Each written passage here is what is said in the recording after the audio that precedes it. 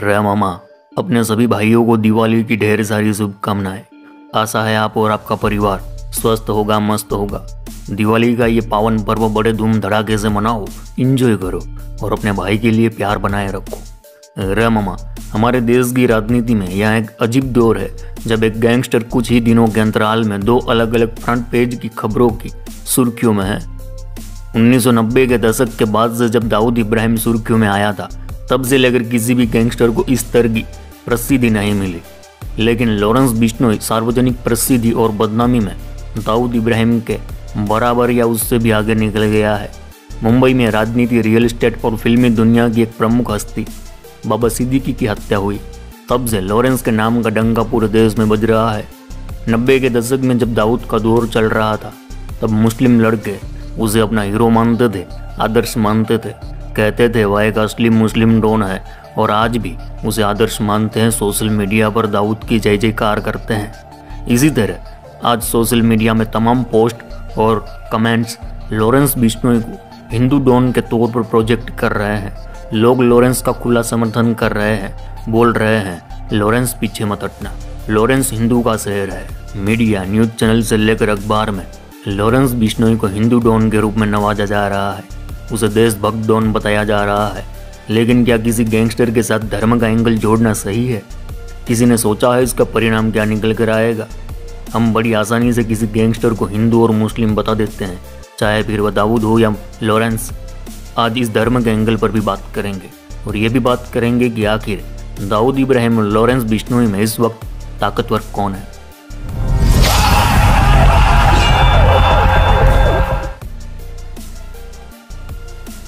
Cam छो मजामा। रे मामा, दाऊद इब्राहिम और लॉरेंस बिश्नोई पर हमने कुछ महीने पहले एक वीडियो बनाया था, उसमें दोनों के बीच प्रॉपर कंपैरिजन की गई है, तो पहले उस वीडियो को देखना होगा। इसके बाद हिंदू और मुस्लिम डॉन के टॉपिक पर बात करेंगे, तो पहले इस वीडियो को यहाँ प्ले कर रहे हैं, उसे देख लीजिए। रे मामा, बात करें लॉरेंस की तो वो पैदा हुआ था 22 फरवरी 1992 को पंजाब के फाजिलका के गांव धतरावाली में। बापू लविंदर सिंह सूबे में एक रईस किसान है और आज भी किसानी करते हैं। वहीं दाऊद इब्राहिम पैदा हुआ था 26 दिसंबर 1955 को महाराष्ट्र के खेड़ में एक कोंकणी मुस्लिम परिवार में। बापू इब्राहिम खासकर मुंबई पुलिस में हेड कांस्टेबल थे। लॉरेंस बिश्नोई जब कॉलेज में था, तब वहां पढ़ने वाले खिलाड़ियों और पुलिस वालों के छोकरे लोग को एकजुट कर छोटा मोटा गैंग बनाया। अप्रैल 2010 में पहली बार लॉरेंस बिश्नोई के खिलाफ एफआईआर दर्ज हुई थी। उसके बाद एक घर में घुसने को लेकर दूसरी एफआईआर, और फरवरी 2011 में मारपीट और गन फायरिंग के मामले में तीसरी एफआईआर दर्ज हुई थी।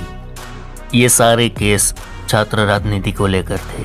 वहीं दाऊद की बात करें तो उसका परिवार डोंगरी के जतगांव इलाके में रहता था, जहां Dawood Ahmed Sailor High School में पढ़ रहा था। और इसी पढ़ाई के दौरान उसने छोटी मोटी घटना को अंजाम देना शुरू कर दिया था। जब तक वह 15-16 साल का हुआ, तब तक उसने धोखाधड़ी, चोरी और डकैती की घटना को अंजाम तक पहुंचाना शुरू कर दिया था। आखिरकार वह स्थानीय गैंगस्टर और डॉन बासु दादा के गिरोह में शामिल हो गया, जो स्थानीय संगठित अपराध सिंडिकेट का हिस्सा था। 70 के दशक के अंत में वह उस गिरोह से अलग हो गया और अपने भाइयों के साथ मिलकर खुद का गैंग बनाया। इसी बीच उसके ऊपर कहीं एफआईआर दर्ज हुई थी। लॉरेंस की बात करें तो वह साल 2010 में पहली बार जेल गया था। वहीं दाऊद इब्राहिम 70 के दशक के शुरुआती दिनों में पहली बार आर्थर रोड जेल में बंद हुआ था।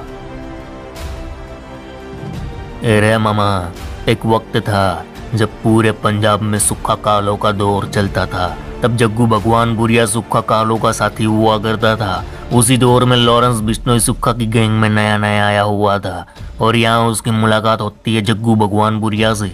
फिर जग्गू ने लॉरेंस को अपराध का सारा काखा समझाया और जग्गू भगवान बुरिया बन गया लॉरेंस बिश्नोई का गुरु। वहीं दाऊद की बात करें तो दाऊद इब्राहिम कद काठी से बहुत ही छोटा था, पर उसके अंदर गजब का डेयरिंग। और उसी दौर में खालिद पहलवान करके एक शख्स दाऊद की जिंदगी में आया। खालिद था एक पहलवान, वहीं एक बड़ा स्मगलर भी था। खालिद पहलवान ने दाऊद को समझाया कि अगर पावरफुल बनना है, ताकतवर बनना है, तो पैसा जरूरी है, और स्मगलिंग के धंधे में बोरा भर भर के पैसा है। वहीं खालिद एक पहलवान भी था। उसने दाऊद को सेल्फ डिफेंस के सारे गुर सिखाए और इस तरह खालिद पहलवान को दाऊद ने अपना गुरु माना। अरे मामा, पुलिस रिपोर्ट के मुताबिक लॉरेंस बिश्नोई एंड कंपनी में 700 से ज्यादा शार्प शूटर काम करते हैं। सप्लायर, लॉजिस्टिक सपोर्टर की तादाद तो गिनती के बाहर है। इस गैंग के शार्प शूटरों में सबसे खतरनाक है संपत नेहरा, भोला शूटर, काली राजपूत, अंकित भादु, सचिन बिश्नोई, टिन्नू हरियाणा, अनमोल बिश्नोई, विक्रम बराड़, गोल्डी बराड़, रवि यादव, नरेश सेठी, अक्षय पहलवान। अरे चच्ची जान, ये छोकरे लोग कोई छोटे मोटे गुंडे ना है। ये छोकरे लोग भारत के सबसे खूंखार शूटरों में गिने जाते हैं।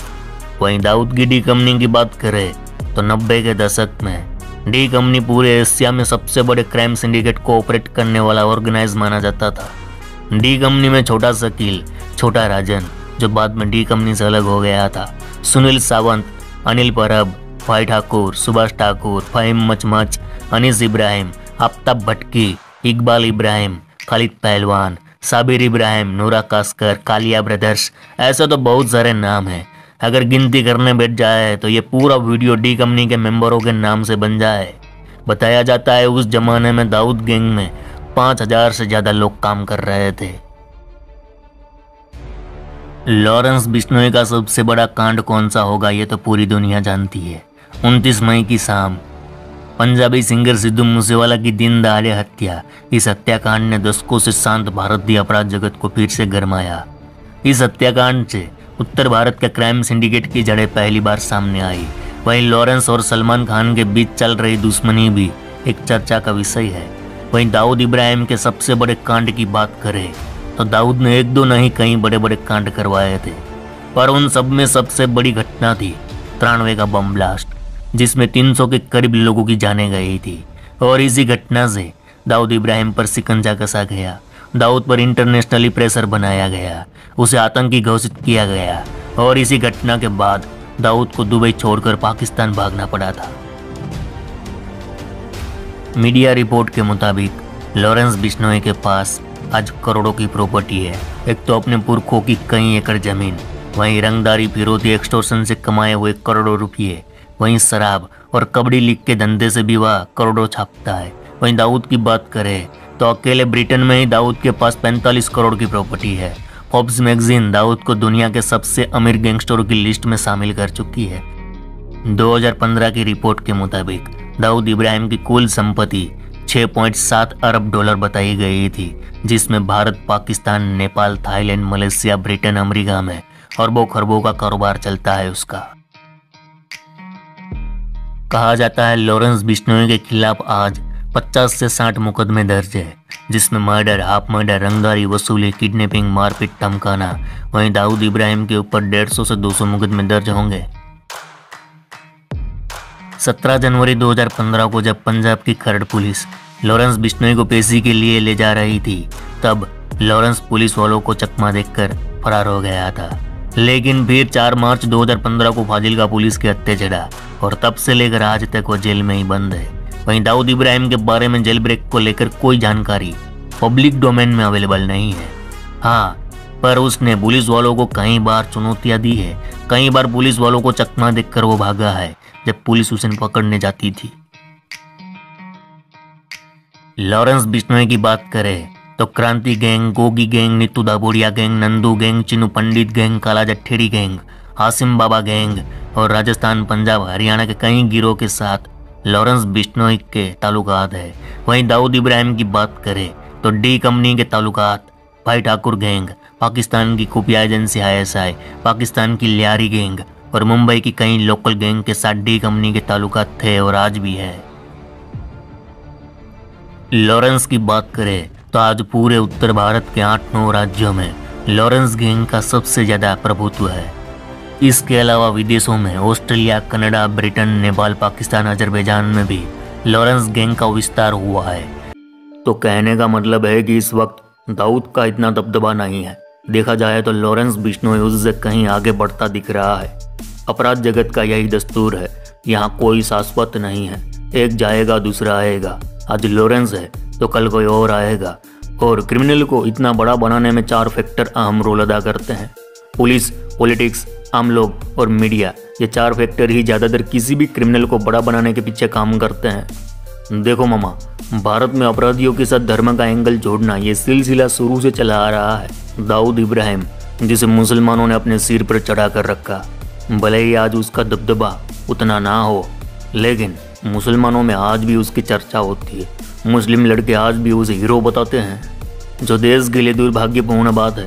एक अपराधी, एक आतंकी को रोल मॉडल बताना, उसका समर्थन करना गलत नहीं है क्या?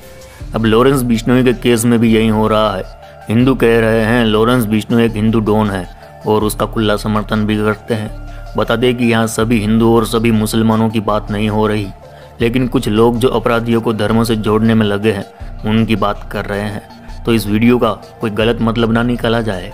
इस वक्त सोशल मीडिया पर जो चल रहा है उस पर गंभीरता से खुलकर बात करना बेहद ज़रूरी बनता है, इसलिए हमें यह वीडियो बनाना पड़ा। आपने कभी सोचा है लॉरेंस बिश्नोई भी किसी का बेटा है, किसी का भाई है, उसके परिवार ने भी लॉरेंस को लेकर कुछ सपने सजाए होंगे। ये पूरा प्रकरण देखकर उसका परिवार भी दुखी होगा, लेकिन किसी को किसी के इमोशन से क्या फ़र्क पड़ता है? और फ़र्क क्यों पड़े?